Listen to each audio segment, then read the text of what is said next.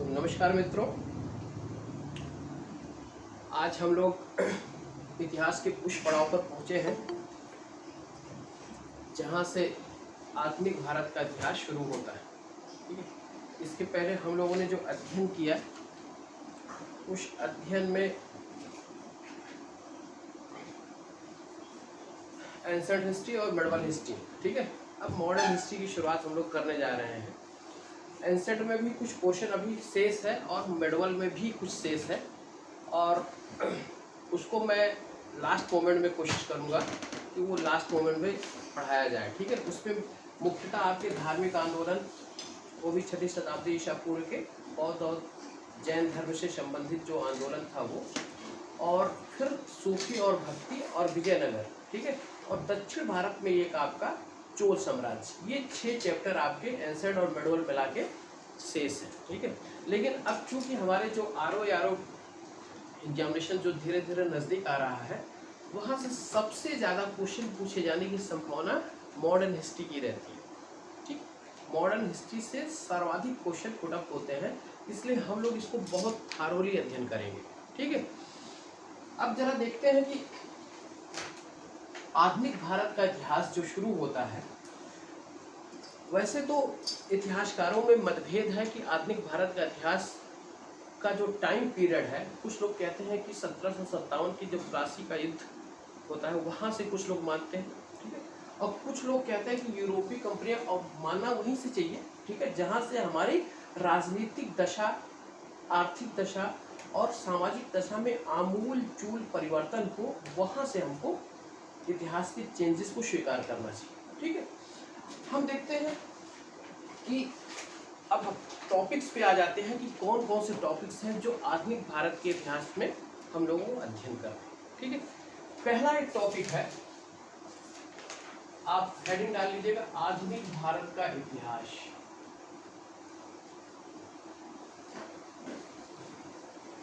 आधुनिक भारत का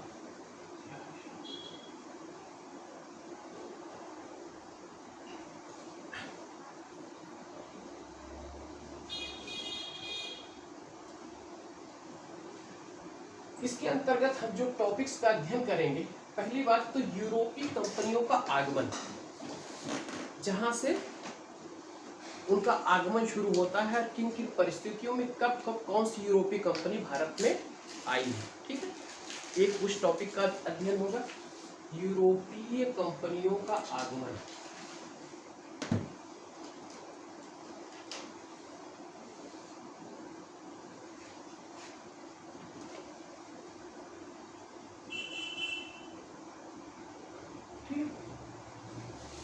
दूसरा इसका महत्वपूर्ण, आधुनिक भारत के इतिहास का जो महत्वपूर्ण सेकंड टॉपिक है कि भारत में अंग्रेजी सत्ता की स्थापना और उसका राजनीतिक विकास। अंग्रेजी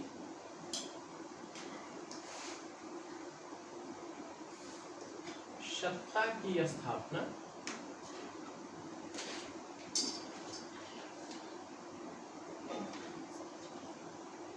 तथा राजनैतिक विकास।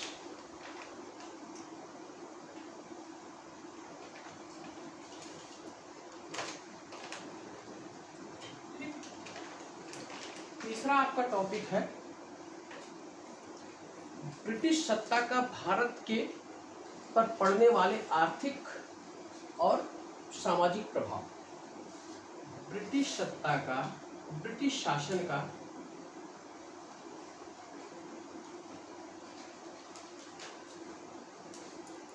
भारत पर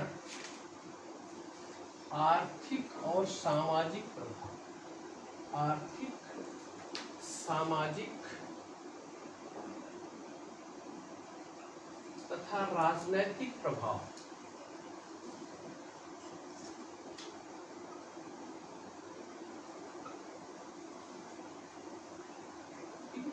एक टॉपिक ये आपको। इसके बाद जब हमारी ब्रिटिश सत्ता का, ब्रिटिश औपनिवेशिक शासन का भारत पर जो प्रभाव पड़ता है, वो किन क्षेत्रों पर सर्वाधिक आर्थिक, सामाजिक और राजनीतिक क्षेत्रों पर सर्वाधिक प्रभाव पड़ता है, इसकी प्रतिक्रिया स्वरूप जो विद्रोह उत्पन्न होते हैं उन विद्रोहों का भी हमको अध्ययन करना है। तो उन विद्रोहों के क्रम में एक विद्रोह आपका जनजातीय विद्रोह,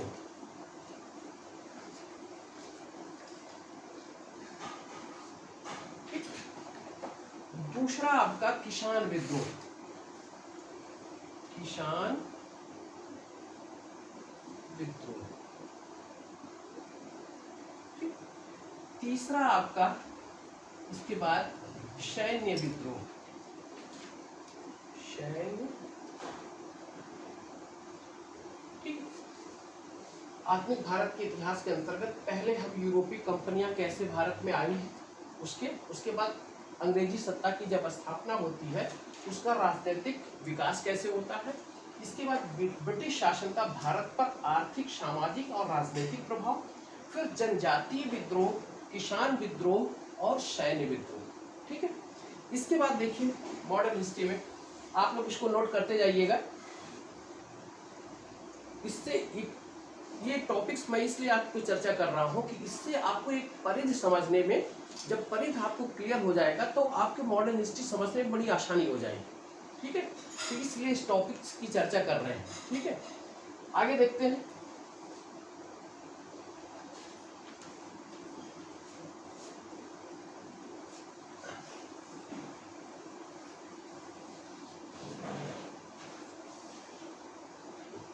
अब हम देखते हैं कि आपके 19वीं और 20वीं शताब्दी के सामाजिक धार्मिक आंदोलन, एक टॉपिक ये अध्ययन करना है। 19वीं 20वीं शताब्दी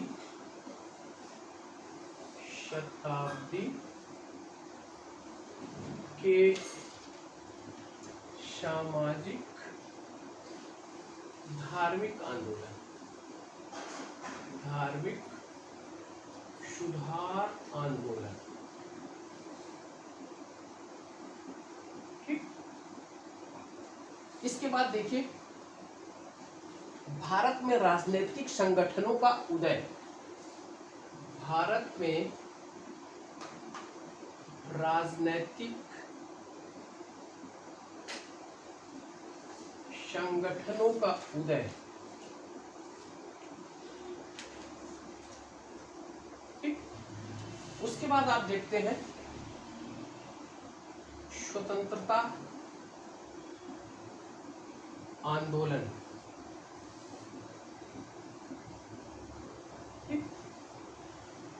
इसी स्वतंत्रता आंदोलन के अंतर्गत आपको मिलेगा क्रांतिकारी आंदोलन,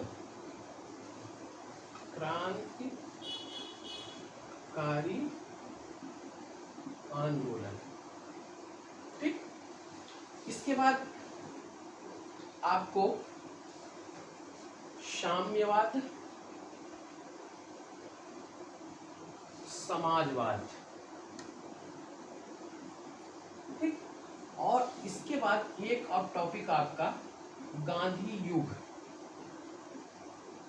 गांधी, और फिर एक टॉपिक और आपका संवैधानिक विकास, संवैधानिक। आपको इन्हीं चैप्टर्स के विषय में मॉडर्न हिस्ट्री में अध्ययन करना है। ठीक, क्लियर हो गया कि हमको किन परिधि में इस पूरे गेम को हमको कहाँ कहाँ ले चलना है। पहला तो यूरोपीय कंपनी भारत में। ठीक है, यूरोपीय कंपनी की आपसी प्रतिद्वंदता जब शुरू होती है उसमें पुर्तगाली कंपनी,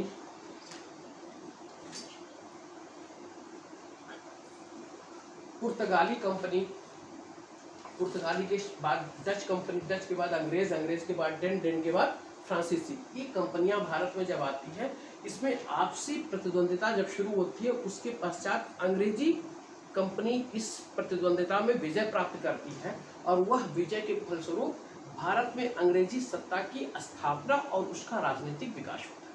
जब राजनीतिक विकास होगा तो उसका हमारे इम्पैक्ट किस पर होगा, उसका प्रभाव किस पर पड़ेगा, उसका प्रभाव हमारी आर्थिक स्थिति पर पड़ेगा, हमारी राजनीतिक स्थिति पर पड़ेगा, उसकी चेतना पर पड़ेगा, इसके बाद सामाजिक स्थिति पर भी उसका प्रभाव पड़ेगा। ठीक है, उन्होंने किन किन तरीके से अपनी प्रशासनिक ढांचों का डेवलपमेंट कैसे किया था और उसका इम्पैक्ट हमारे सोशल लाइफ, इकोनॉमिकल लाइफ और पॉलिटिकल लाइफ पे कैसे पड़ा, ठीक है, इसका अध्ययन करेंगे।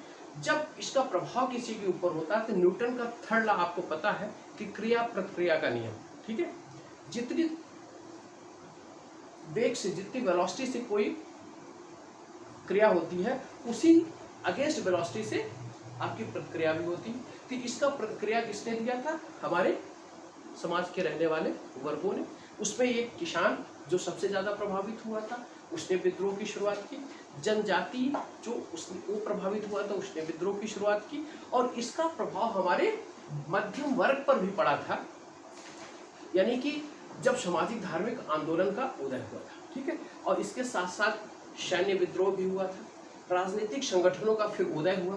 उसी राजनीतिक चेतना के बाद संगठनों की चेतना के द्वारा जो है हमारी स्वतंत्रता आंदोलन की शुरुआत, ठीक है। उसी स्वतंत्रता आंदोलन में आपको उसका नेतृत्व किसने किया था? गांधी जी ने किया था, इसलिए इसको हम गांधी युग के नाम से भी जानते हैं। और वह गांधी जी जब भारत में यात्रा आए हैं दक्षिण अफ्रीका से, उसके बाद स्वतंत्रता आंदोलन तक गांधी युग के नाम से जाना गया।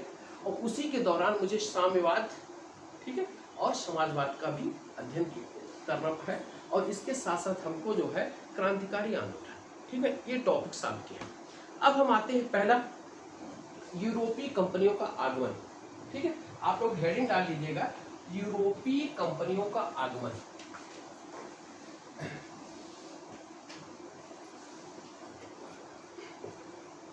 आप पहली बार ये देखिएगा कि उस यूरोपीय कंपनी, यूरोप पे उस समय देखिए कि करीब 15वीं शताब्दी और 16वीं शताब्दी में, ठीक है, यूरोप में आपका जो पुनर्जागरण चला था, ठीक है, और पुनर्जागरण के अंतर्गत एक वैज्ञानिक खोजों को वहाँ गति प्रदान की गई थी। और उसके वैज्ञानिक खोजों के फलस्वरूप एक भौगोलिक खोजों का भी अभियान वहाँ प्रारंभ हुआ था।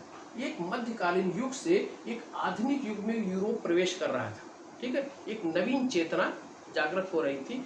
उसके फलस्वरूप वहाँ देखा गया कि वहाँ के शासकों ने, जब वैज्ञानिक आविष्कार शुरू हुआ तो उसने अपने उस चेतना का प्रसार करना शुरू किया। और उसके फलस्वरूप वहाँ पे क्या हुआ, वैज्ञानिक आविष्कार के फलस्वरूप दो वैज्ञानिक तथ्य वहाँ पे सामने आते हैं। कब, किस, उसमें 15वीं शताब्दी में। वो पहला एक खोज है आपका वहाँ पर कि भौगोलिक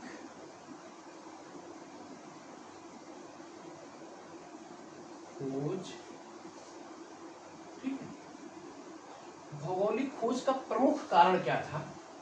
पहला बात तो एक दिशा सूचक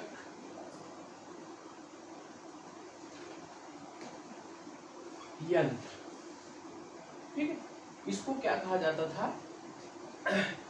आपको कुतुबनुमा,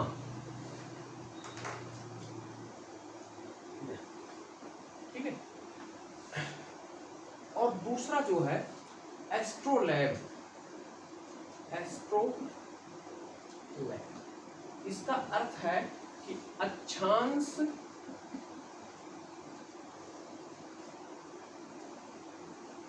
का पता लगाने वाला यंत्र, पता लगाने वाला यंत्र। और तीसरा क्या था? मानचित्रण, मानचित्रण, मैपिंग प्रणाली का विकास, प्रणाली का विकास, ठीक है। ये तीन ऐसे थे, एक दिशा सूचक यंत्र, ठीक है, इसको मैरिनर कंपास के रूप में जाना जाता है, कुतुबनुमा यंत्र, और एस्ट्रोलैब अक्षांश का पता लगाने वाला यंत्र, और मानचित्रण प्रणाली का विकास। ये तीन ऐसे कारण थे कि जिन्होंने भौगोलिक विस्तार के लिए, नवीन खोजों के लिए वहां पर प्रोत्साहित किया। और उस समय पुर्तगाल का शासक हेनरी नेविगेटर, पुर्तगाल का शासक हेनरी नेविगेटर था, जो कि भौगोलिक खोजों में उसे बड़ी रुचि थी। पुर्तगाली शासक नाम क्या था? हेनरी नेविगेटर,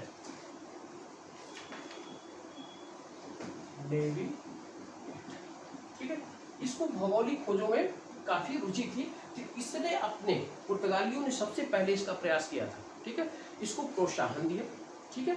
तो पहली फैक्ट्री जो स्थापित हुआ, वहाँ कंपनी जो पहली स्थापित हुई व्यापार करने के लिए, वो पुर्तगाली फैक्ट्री थी, पुर्तगाली कंपनी थी, ठीक है। अच्छा, इसने भौगोलिक खोजों में पहला जो खोज किया था पुर्तगाली शासक ने, वहाँ से एक बार्थोलोम्यो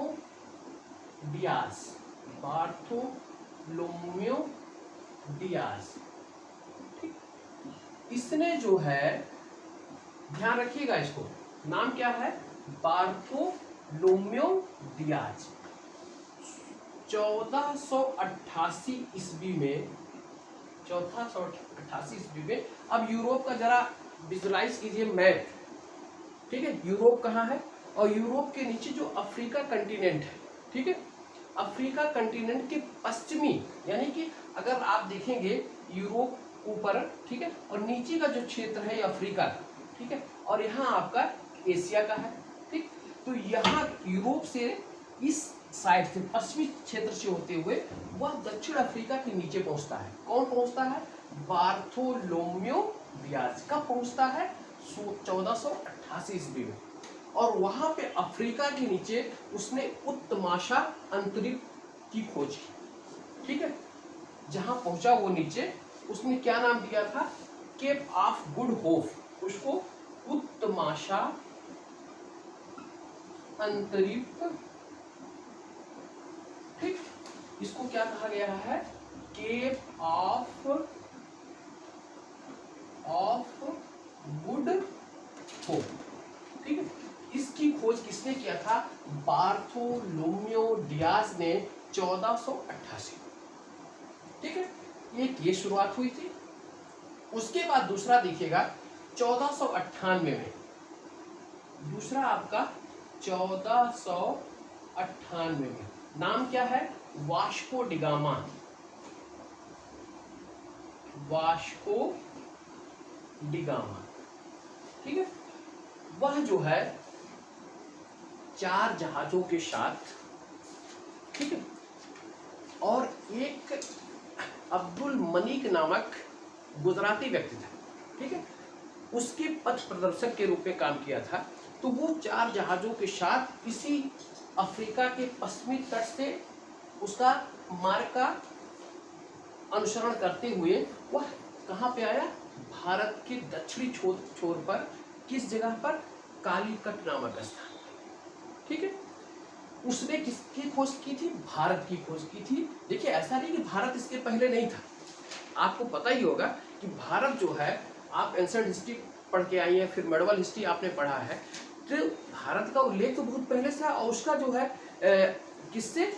मध्य एशिया के देशों के साथ, इन और लोगों के साथ जो है उसका व्यापारिक संबंध भी थे, अरबों के साथ उसके व्यापारिक संबंध थे। लेकिन ये जो नवीन खोज हुआ, वो खोज क्या था? वो खोज था एक जल मार्ग का, ठीक है। ये रास्ता, इस रास्तों का पता किसी को नहीं था, ठीक है। उसने एक नवीन जल मार्ग खोजा और उसके द्वारा वो पहुंचा यहाँ पर, ठीक है। हमारे आप सब देख लीजिए कि पूरे संसार में 3/4 आपका समुद्र है, ठीक है, और 1/4 आपका स्थल। तो उस जलमार्ग का अध्ययन किया उसने, और वो खोजों के द्वारा ये नवीन स्थल प्राप्त किए। तो जलमार्ग के द्वारा जब आया है भारत की, तो भारत की खोज किसको दिया जाता है? इसका श्रेय वास्को डी गामा को। कब दिया जाता है? 1498 में। किसकी सहायता से आया था? अब्दुल मलिक नामक एक गुजराती व्यक्ति था, वो पथ प्रदर्शक की भूमिका में था, और वो 4 जहाजों के साथ यहाँ पर, ठीक है। अब हम देखते हैं 1498 में भारत की खोज वास्को डी गामा द्वारा। वास्को डी गामा यहाँ पहुंचता है किस जगह पर? केरल के कालीकट नामक स्थान पर।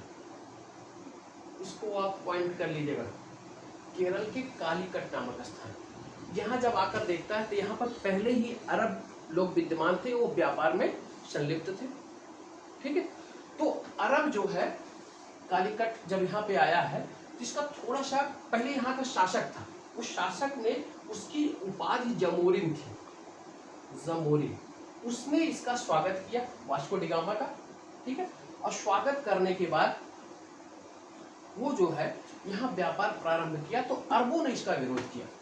अरब चूंकि उस समय दक्षिण के क्षेत्र में छाए हुए थे, थोड़ी सी झड़प हुई, लेकिन यहाँ पर वास्को डी गामा ने उस व्यापार और खासकर मसालों के व्यापार में इतना धन कमा लिया कि जितना वो खर्च किया था उससे 60 गुना अधिक, 60 गुना अधिक धन की प्राप्ति की, और यह वापस चला गया, ठीक है। वापस जब जाता है तो दूसरी बार 1500 में, ठीक है, 1500 में आता कौन है यहाँ पर,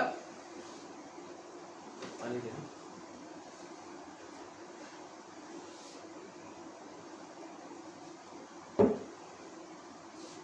में पेड्रो अल्वारेज कैब्राल, नाम जरा लिखिएगा, पेड्रो अल्वारेज कैब्राल, ठीक है, ये आता है। और इसके साथ 1500 में वह रहता है जिसने केप ऑफ गुड होप की खोज की थी, यानी कि इसके साथ बार्थोलोम्यू डियाज, ठीक है,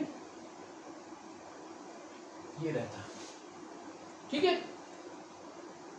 पहला भारत पर वास्को डी गामा कब, 1498 में। उसके बाद दूसरा 1500 में पेड्रो अल्वारेज कैब्राल, और इसके साथ बार्थोलोम्यू डियाज भी रहता है, वो यहाँ आता है। इसका भी अरबों के साथ प्रतिरोध होता है, उसका प्रतिरोध अरब करते हैं, ठीक है। लेकिन इसके बाद पुनः देखिए 1500 के बाद 1502 में वास्को डी गामा पुनः भारत आता है, ठीक है। कब आया, 1502 में। अब इसके क्रम को याद रखिएगा, 1488 बार्थोलोम्यू डियाज उत्तमाशांतरिक केप ऑफ गुड होप की खोज, 1498 में वास्को डी गामा भारत की खोज, ठीक है। यहाँ से व्यापार जब करके गया वो 60 गुना अधिक लाभ कमाया।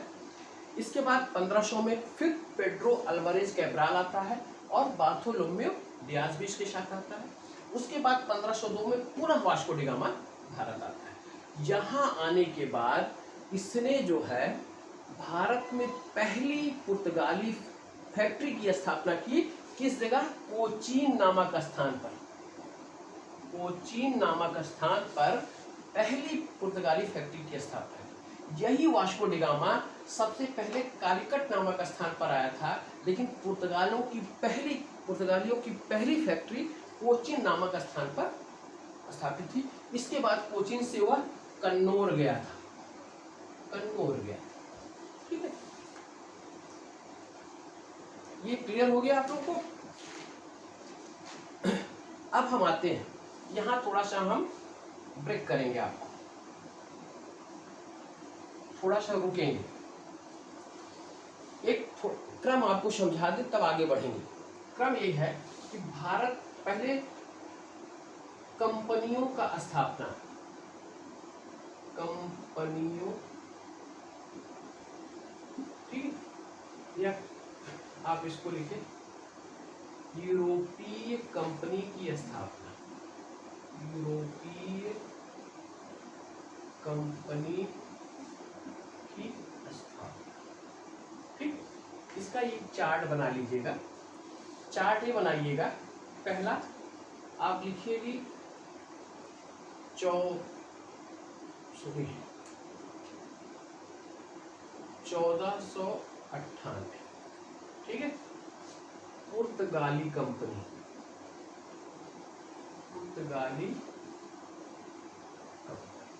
नाम क्या है इस पुर्तगाली कंपनी का, एस्तादो दा इंडिया, एस्तादो दा इंडिया, ठीक। इस पुर्तगाली कंपनी की स्थापना। इसके बाद हम देखते हैं 1599 1600, 1599 और 1600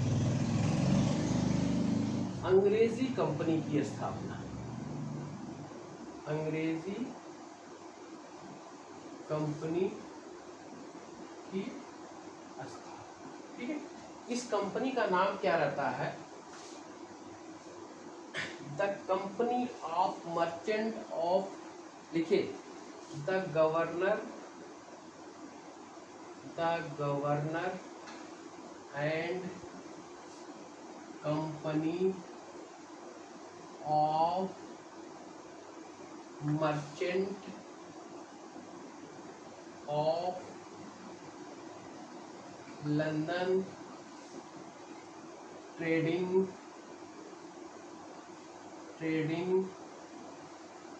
into the East Indies.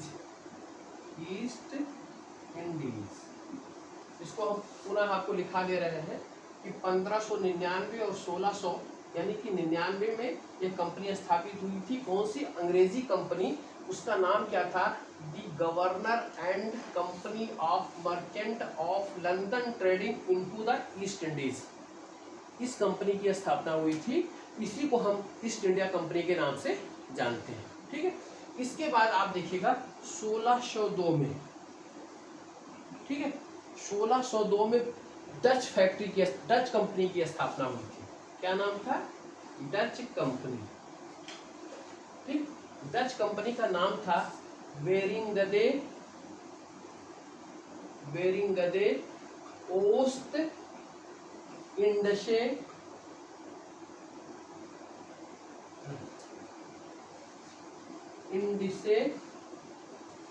Company, बेरिंगदे ओस्ट इंडशे कंपनी। ये डच कंपनी का नाम था। स्थापित कब हुआ था? 1602 में। इसके बाद आपका 1616 में Dane East India Company, East India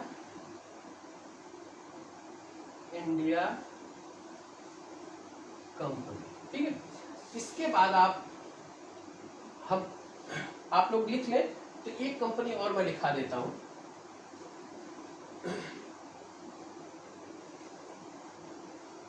मैं पुनः बोल देता हूं अगर समझ में ना आ रहा हो।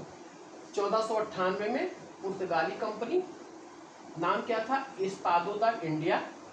1599 1600 में अंग्रेजी company the governor and company of merchant of London trading into the East Indies. इसके बाद 1602 में डच कंपनी बेरिंगदे ओस्ट इंडिशे कंपनी। 1616 में Dane company, Dane East India Company. इसके बाद एक कंपनी और है आपका 1664 में फ्रांसीसी कंपनी। 1664 में फ्रांसीसी कंपनी।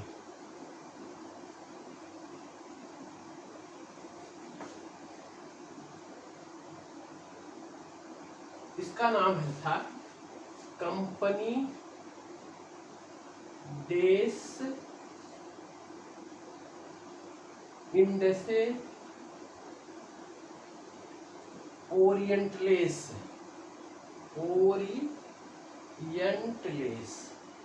ये नाम थोड़े से अजीब आपको लग रहे होंगे, ठीक है, लेकिन इसको जरूर याद रखिएगा, क्योंकि कभी कभी ए और बी करके दे देता है और उसको मिलाने के लिए कह देता है कंपनी का नाम। पुनः मैं रिपीट कर दे रहा हूँ। 1498 में पुर्तगाली कंपनी, 1599 1600 में अंग्रेजी कंपनी, 1602 में डच कंपनी, 1616 में डेन कंपनी, 1664 में फ्रांसीसी कंपनी। ठीक है, नाम जरा देख लीजिए। पहली कंपनी एस्तादो दा इंडिया, दूसरी अंग्रेजी कंपनी थी the governor and company of merchant of London trading into the East Indies. फिर तीसरी कंपनी जो डच की थी उसका नाम था बेरिंगदे ओस्ट इंडिशे कंपनी। फिर 1616 में जो चौथी कंपनी थी वो डेन कंपनी थी, उसका नाम था डेन ईस्ट इंडिया कंपनी। और फिर 1664 में जो फ्रांसीसी कंपनी थी उसका नाम था कंपनी देस इंडिसे ओरिएंटलेस, ये कंपनी का नाम था। ठीक है, अब ये तो स्थापना का क्रम हुआ।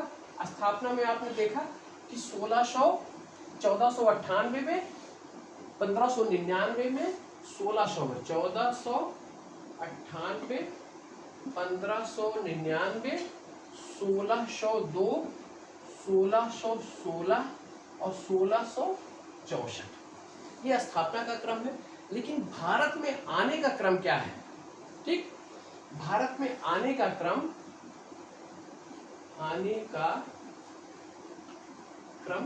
पहला क्या है? पुर्तगाली कंपनी। पुर्तगाली पहले भारत में आए, पुर्तगाली के बाद डच आए, जबकि स्थापना में अंग्रेजी है लेकिन आगमन में डच है। इसके बाद अंग्रेज आए, अंग्रेजी कंपनी। इसके बाद आपका डेन आए और डेन के बाद आपके फ्रांसीसी आए, फ्रांसीसी। ठीक है, इसलिए जब कभी प्रश्न पूछे स्थापना का क्रम तो आपका अलग हो जाएगा, आगमन का क्रम अलग हो जाएगा, और अलग कहाँ होगा? डच और अंग्रेजी में। जो अंग्रेजी कंपनी थी और डच कंपनी, अंग्रेजी कंपनी पहले स्थापित हुई, भारत में आई बाद में, डच कंपनी बाद में स्थापित हुई और भारत में आई अंग्रेजों से पहले। ठीक है, ये हो गया, ये कंपनी का क्रम आप देख लीजिएगा। उसके बाद अब हम शुरुआत किए थे आपका पुर्तगाली कंपनी। पुर्तगाली कंपनी में वास्को डी गामा के बाद पेड्रो अल्वारेज कैब्राल, फिर वास्को डी गामा। ठीक, और उसने कालीकट उसमें कोचीन में पहली फैक्ट्री की स्थापना की थी। उसके बाद जरा देखिए, इस समय पुर्तगाली सरकार जो है कंपनी को हिंद महासागर के या जो अरब सागर हिंद महासागर का उसके तटीय क्षेत्रों पर अधिकार करने का, फैक्ट्री स्थापित करने का, युद्ध करने का, संधि करने का, ये सब अधिकार इसको प्रदान किया था। ठीक है, और उसने जो है 1505 में, ध्यान रखिएगा, 1505 से लेकर 1509 तक पहला गवर्नर, ठीक है, नियुक्त किया था। किसको? अल्मीडा को, फ्रांसिस अल्मीडा। फ्रांसिस नहीं, उसका नाम है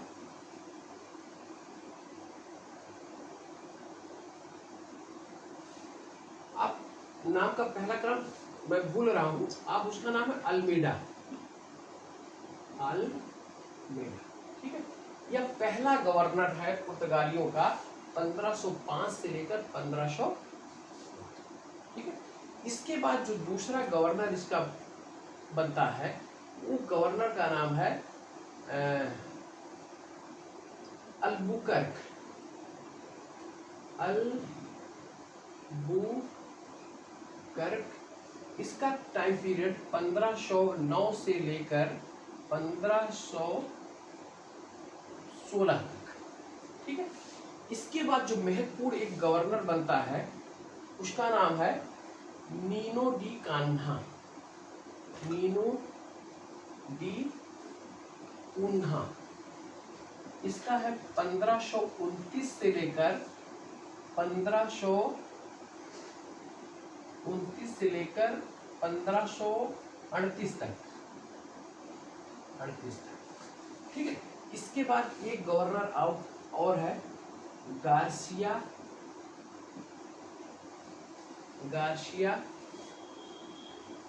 डी नोरन्हा। और फिर एक गवर्नर और इसके बाद आपका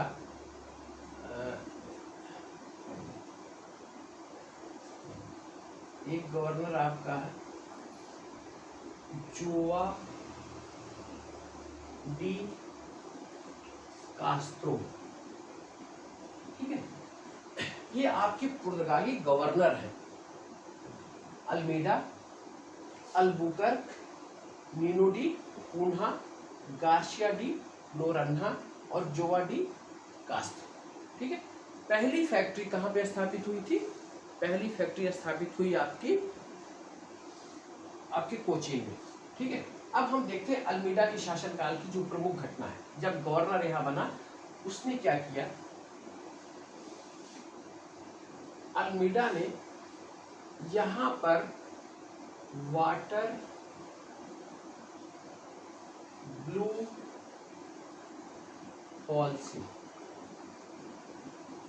ठीक है, इस पॉलिसी की शुरुआत की, यानी कि वो हिंद महासागर के क्षेत्रों पर नियंत्रण स्थापित करने के लिए उसने क्या किया? वाटर ब्लू पॉलिसी की शुरुआत की। और इसने जो है उस समय गुजरात, ध्यान रखिएगा, गुजरात प्लस मिस्र और प्लस तुर्की, ठीक है, इनके शासकों का एक क्या बना? संघ बना था। ठीक है, और इस संघ को इसने परास्त किया था। ठीक है, और इसकी अजेयता के कारण जो है अब पुर्तगालियों की धाक यहाँ जमनी शुरू हो गई थी। पहला कौन था? अल्मीडा। अल्मीडा के शासनकाल में आप देखिएगा क्या हुआ था?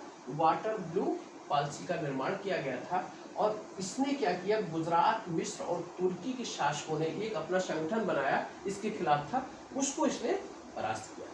ठीक है, इसके बाद देखिए यहाँ पर अल्बुकर्क आया, और अल्बुकर्क को 1509 से लेकर 1516 तक अल्बुकर्क,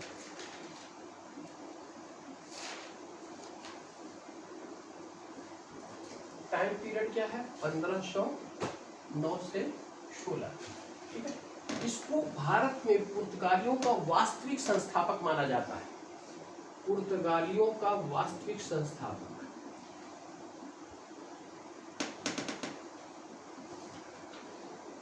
वास्तविक संस्थापक। ठीक है, इसके द्वारा भारत में विभिन्न क्षेत्रों में फैक्ट्रियों की स्थापना की गई। पहला इसने क्या किया था? इसने जीता था 1510 में, 1510 ध्यान रखिएगा, गोवा पर इसने विजय प्राप्त की। और गोवा उस समय बीजापुर के क्षेत्र में पड़ता था। ठीक है, बीजापुर के शासक यूसुफ आदिल शाह को हराकर इसने गोवा की विजय की थी। ठीक है, 1510 में ये महत्वपूर्ण इसकी विजय थी। ठीक है, इसके बाद इसने जो है दूसरा 1511 ये दक्षिण पूर्व एशिया का क्षेत्र था, मलक्का। ठीक, इसकी विजय इसने की थी। ठीक है, ये बाहर के क्षेत्रों पर भी इसने विजय प्राप्त की थी। दक्षिण पूर्व एशिया, मलक्का जो है वो मलेशिया का जो द्वीप है और इंडोनेशिया का जो जावा द्वीप है उसके बीच में पड़ता है। ठीक है, मलक्का। और इसके बाद इसने जो है तीसरी 1515 में इसने हरमुज की विजय प्राप्त की। हरमुज, ठीक है, ये महत्वपूर्ण इसकी विजय थी।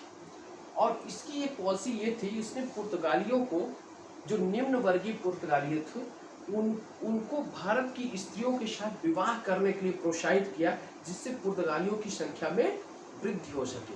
एक महत्वपूर्ण कार्य इसका ये भी था। ठीक है, और इसने जो है 1510 की जो विजय थी गोवा की, ये महत्वपूर्ण विजय, इसको आप जरूर याद रखिएगा। इसको कई बार पूछा जा चुका है कि गोवा की विजय किसने की थी, किस सन में की थी, और उस पर किसका अधिकार था। इस पर बीजापुर का अधिकार था। शासक उस समय यूसुफ आदिल शाह था, और गोवा की विजय 1510 में अल्बुकर्क ने की। ठीक है, और इसकी जो पॉलिसी एक थी, पॉलिसी में क्या था कि वो अपने निम्न वर्गीय पुर्तगालियों को कहता था कि भारत की स्त्रियों से वो विवाह करके भारत में पुर्तगालियों की संख्या में वृद्धि करें। ठीक है, ये इसका कार्य था, और यह मुसलमानों का प्रबल शत्रु था। ठीक है, अब यह देखिए इसके बाद क्या हुआ।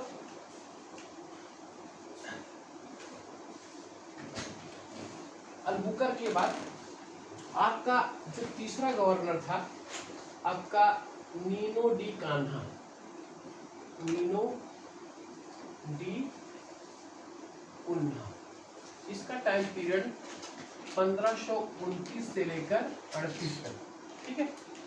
इसने क्या किया कि 1530 में गोवा को अपना मुख्यालय बनाया, पुर्तगाली मुख्यालय बनाया। अभी तक कौन था? कोचीन था। पुर्तगाली मुख्यालय कब बनाया था?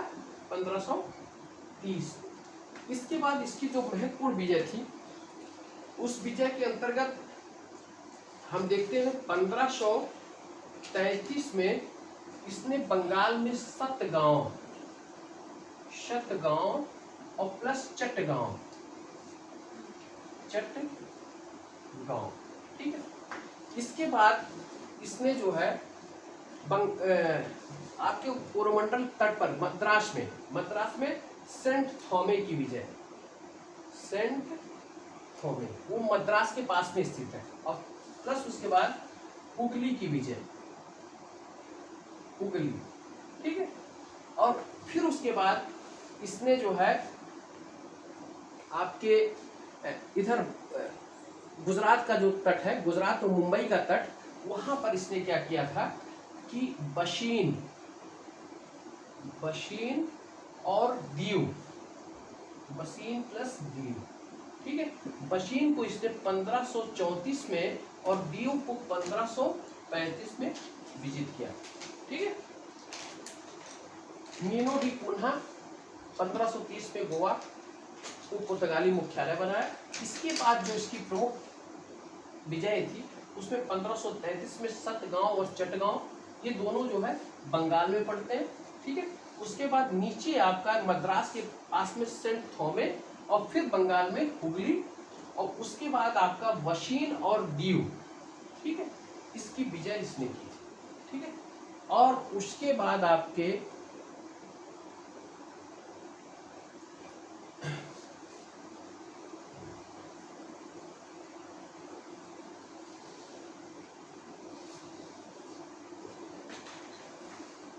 इसके बाद जो अगला गवर्नर आपका होता है, ठीक है,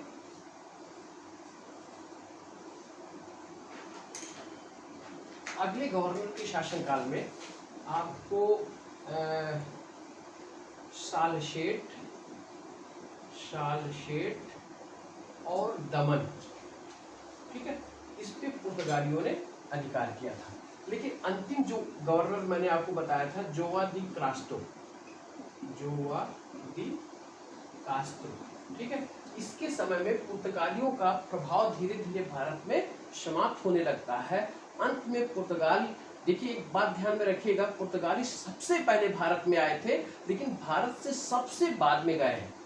जब भारत की आज़ादी हो जाती है 1947 में, उसके बाद भी पुर्तगाली हमारे यहाँ बने रहे, ठीक है। और पुर्तगाली जो है सबसे पहले आए और सबसे बाद में गए।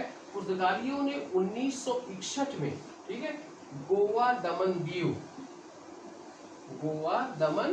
दीव इसको बाद में इन्होंने छोड़ा। कब? 1961 में, जबकि भारत 1947 में आज़ाद हो गया था।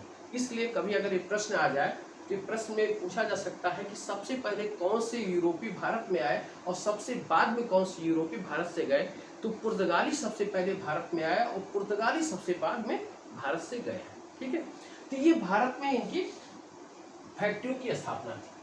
अब जरा देखिए पुर्तगालियों के विषय में। पुर्तगाली, पहली बात तो ये धार्मिक रूप से असहिष्णु व्यक्ति थे, ठीक है। इनकी पतन का जो कारण था, वो कारण क्या था कि धार्मिक रूप से असहिष्णु व्यक्ति, धार्मिक रूप से असहिष्णु, ठीक है, यानी कि सिर्फ अपने धर्म को ही मान्यता देते थे और अन्य धर्मों के प्रति इनके मन में द्वेष भाव रहता था। दूसरा इसका प्रमुख कारण था कि इनके ये क्या करते थे कि लूटपाट, डकैती, ठीक है, और भ्रष्टाचार, भ्रष्टाचार, ठीक है। इन कारणों से पुर्तगाली जो है बहुत आगे नहीं बढ़ा और इससे यहाँ का जनमानस काफी दुष्ट हो गया था। तीसरा इसका प्रमुख कारण था कि उसमें ब्राजील नामक उपनिवेश की खोज हो गई थी। ब्राजील नामक उपनिवेश की खोज, ठीक। और यह भारत की अपेक्षा ब्राजील पर अधिक ध्यान देने लगे थे, ठीक है। इसलिए भारत में इनके प्रभाव में कमी आई। और इसके बाद हम देखते हैं कि इन्होंने ये 3 प्रमुख कारण थे जो भारत में इनके प्रभाव में कमी लाने का प्रमुख कारण यही 3 था। धार्मिक रूप से असहिष्णु, लूटपाट, डकैती और भ्रष्टाचार, ठीक है। और ब्राजील नामक उपनिवेश की खोज के कारण भारत की अपेक्षा ब्राजील पर अधिक ध्यान केंद्रित करना, ठीक है।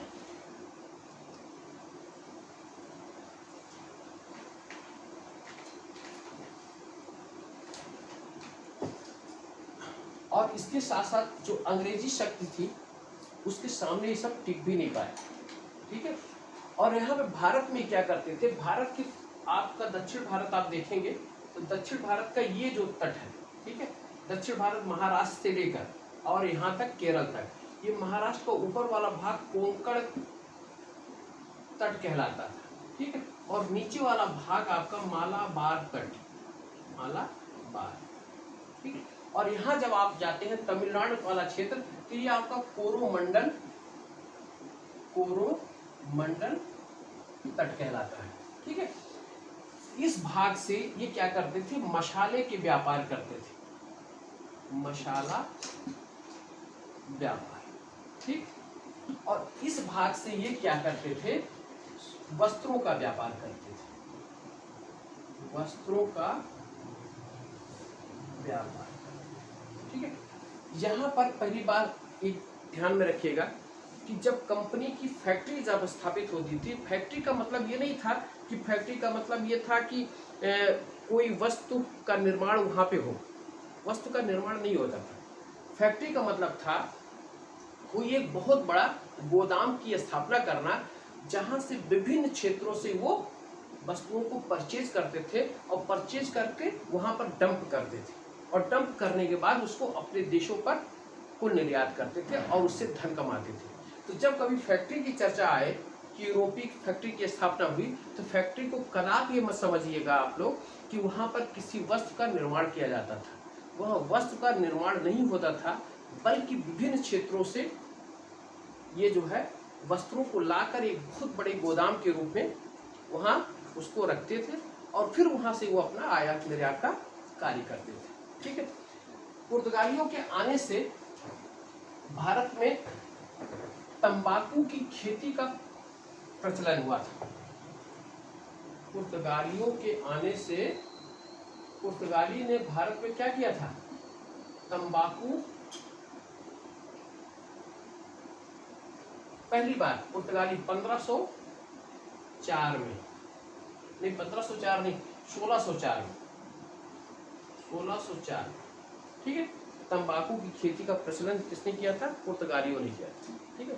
और इसके साथ साथ इन्होंने व्यापारिक रूप से भारत को यूरोप के साथ व्यापार करने में काफी मतलब समृद्धि प्रदान की थी, ये इनका प्रमुख योगदान ये भी था। इसके बाद हम दूसरी कंपनी के बारे में आते हैं। दूसरी कंपनी है डच कंपनी। डच कंपनी स्थापना कब हुआ था, स्थापना 1600। कंपनी का नाम क्या था, वेरिंगदे ओस्ट इंडिसे कंपनी, ठीक है, 1602 में। और ये जो है स्थापना के बाद भारत में इनका आगमन शुरू हुआ। ये एक सरकारी कंपनी थी और सरकार का पूरा प्रश्रय इस पे था, ठीक है। और इस कंपनी को भारत के साथ युद्ध करने युद्ध करने, दूसरा शांति करने, ठीक, तीसरा आपका भूमि अधिग्रहित करने,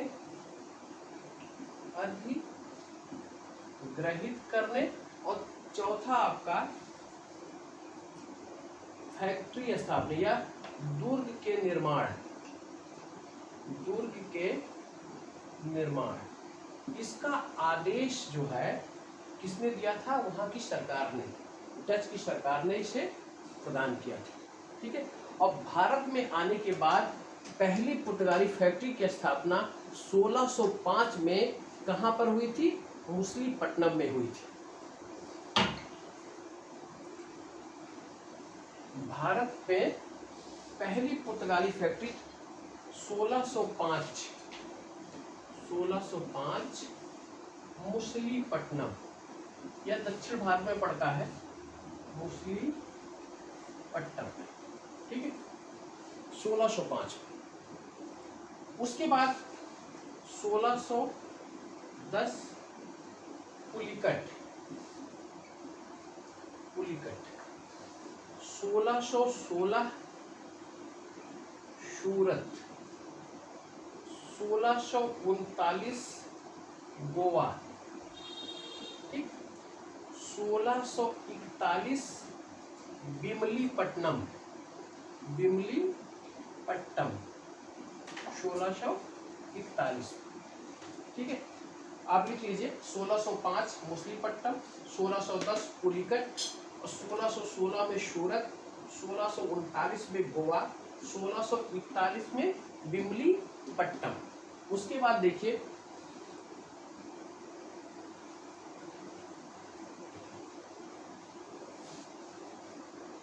1653 में इन्होंने चिनसुरा, ये बंगाल में पड़ता है, ठीक है, चिनसुरा में, आप यहाँ लिख लीजिएगा कि बंगाल, ठीक।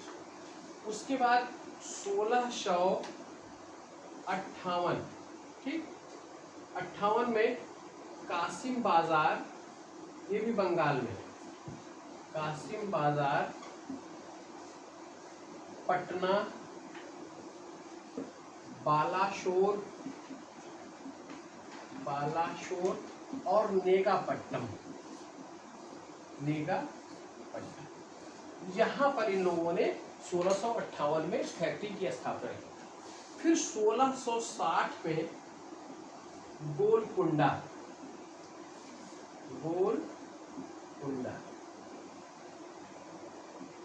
और 1663 में कोची, ठीक। इतनी फैक्ट्री की स्थापना इन्होंने भारत में की थी। आपको पुनः ये क्रम बता दें, इसमें जो ध्यान रखने वाली चीज है, एक तो पहला आप रखिएगा कि 1605 में पहली फैक्ट्री मछलीपट्टनम। उसके बाद दूसरा आप देखिएगा 1610 में पुलिकट की जो फैक्ट्री स्थापित की थी, वहां पर उसने एक दुर्ग का निर्माण जो किया था चारों तरफ से, उस दुर्ग का नाम था गेल्ड्रिया दुर्ग। पुलिकट में ध्यान रखिएगा, पुलिकट 1610, पुलिकट नाम क्या था? गेल्ड्रिया दुर्ग, ठीक। और उसके बाद जो चिनसुरा में 1653 में चिनसुरा में जो फैक्ट्री निर्मित की थी, उस फैक्ट्री में भी एक दुर्ग का निर्माण किया था। उस दुर्ग का नाम था आपका बुस्ताबुल फोर्ट,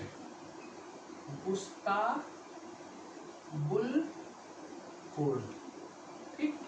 डचों ने भारत में सिर्फ 2 दुर्ग का निर्माण कराया था फैक्ट्री के चारों तरफ, एक आपका पुलिकट में और दूसरा चिनसुरा में, ठीक है।